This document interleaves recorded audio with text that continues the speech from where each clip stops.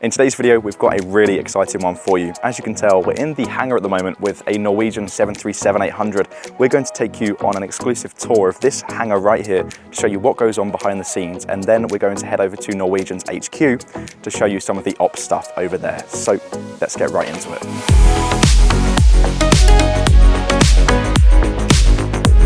So this is kind of the brain. Normal passengers, even pilots, won't get access to this area. We're taking this 737-800 over to the gate.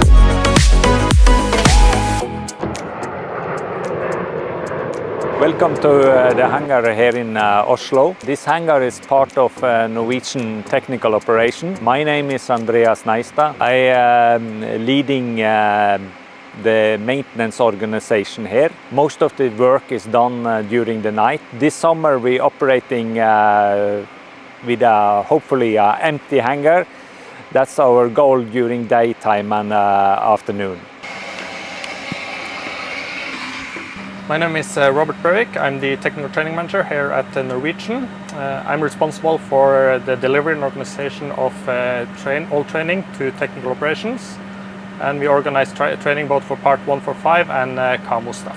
About a little bit over 400 people here. That's a little bit about what I do. Now I'm going to hand you over to our avionics engineer, Leroy. Hi, my name is Leroy Lobo. I work as an avionics engineer. So I make sure that all our systems are compliant with the regulations. I'm also kind of the middleman between Boeing. So if we have issues with an aircraft, I would get in touch with Boeing, find a solution to different issues that we experience. Reliability issues could be an example. So I could probably show you around in the flight deck. So one of our my main jobs is, making sure all the avionics on board is working as it should. One of our major concerns these days are the GPS interference that is going on. So based on all these safety events with the pilots thinking they're flying a completely different place, they would report such events, and we would analyze these events together with our flight safety department, and we would contact Boeing. The GPS system consists of two antennas on board the aircraft, and another navigation system is purely dependent on inertial navigation, where they use laser gyros. If the GPS signal is spoofed, that means if the GPS signal is modified, the pilots in a worst case scenario wouldn't know that the GPS signals are modified, and they will fly out of course, so deviate from their actual course. And the way pilots are trained is that they would see, does my watch match the clock on board, and you would see that the time kind of changes, and that could be one indication of GPS spoofing. Another indication would be you would get false terrain awareness indications. So for example, even though you're flying at the cruise level, you would suddenly get that you're flying towards terrain, right? And that's kind of a good indication that something's wrong with the GPS signal. So that's kind of some of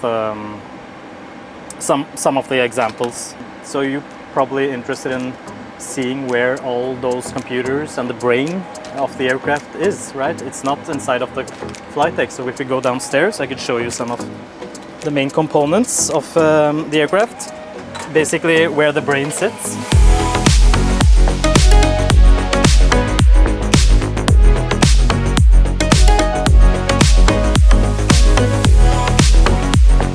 So this is kind of the brain. Normal passengers, even pilots, won't get access to this area. This is where all our technicians do tests on computers. I spoke about the inertial reference system. So these are the computers. You have two computers. It's called the Air Data Inertial Reference Unit. You have a System 1 and a System 2 for redundancy. So this is a typical GPS receiver. And you have the flight control computers. You have cabin pressure controllers. You have brake controllers, making sure the brakes work as they should. Communication, so everything that has to do with avionics, this is kind of the avionics sweet spot. If you see inside a 737 wheel well, you would see it's crazy amount of tubing, hydraulic tubing, filters, wires like control cables to spoilers, ailerons, to the flight controls. While on an Airbus you would have fly-by-wire purely. So here you can see that the 737 is a bit old school, but it works. And that's what's so cool about the 737. So we need to make sure all hydraulic pumps, for example, fuel pumps, sorry, all switches are in the normal position.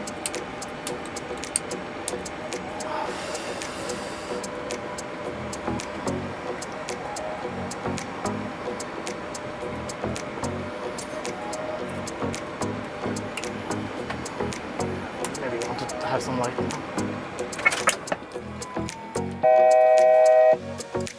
Battery switch off, and I would also make sure all the circuit breakers are closed, because those are typical examples where during maintenance you would open circuit breakers to test different systems, and it's always a good thing to do an extra check.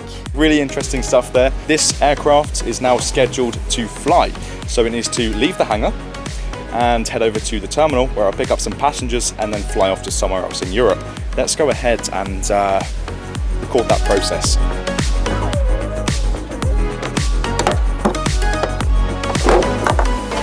So this is the external ground power to the aircraft. We would need to disconnect that before the towing truck is connected to the aircraft.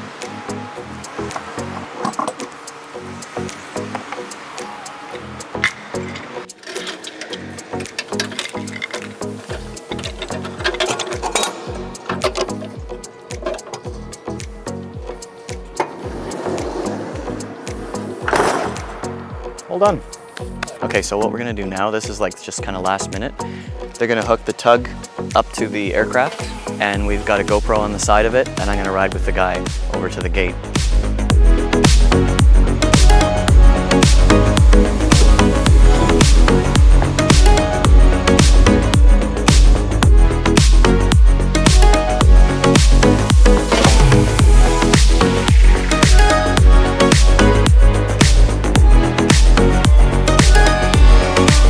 There you go.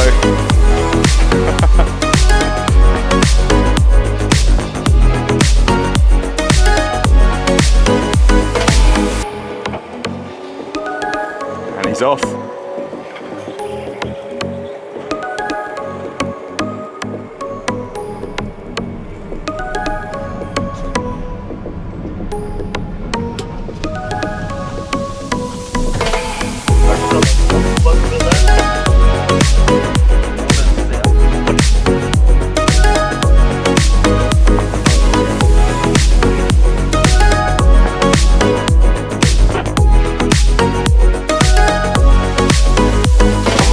We are in the cab of the tug with Joachim, and we're taking this 737-800 over to the gate. So we had it over in the hangar, and this is my first time in a pushback tug, so pretty exciting. I have the GoPro in the mirror, so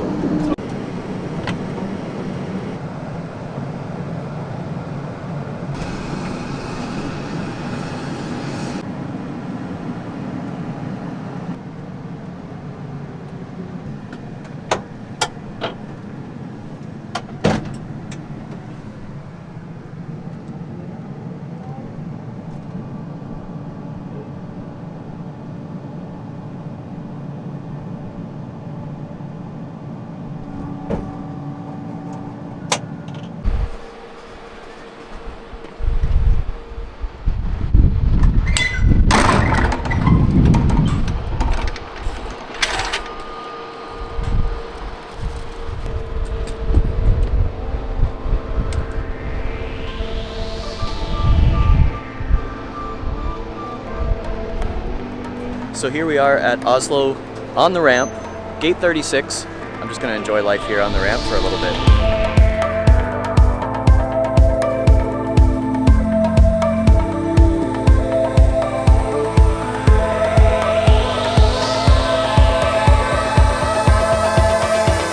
So, Jason, how was that? Amazing. Yeah? Yeah. Coolest part is just like standing out on the ramp and nobody was like coming out to yell at me. All right, well, having said that, I think it's about time that we head to the HQ to take a look at the ops side of things. So, you ready? Okay. All right, let's go.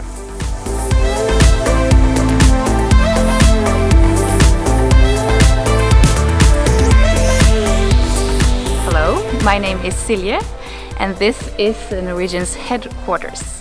We're about to learn more about Norwegian's operations, and now we're about to visit Lasse. Lasse Holm, 51 years old.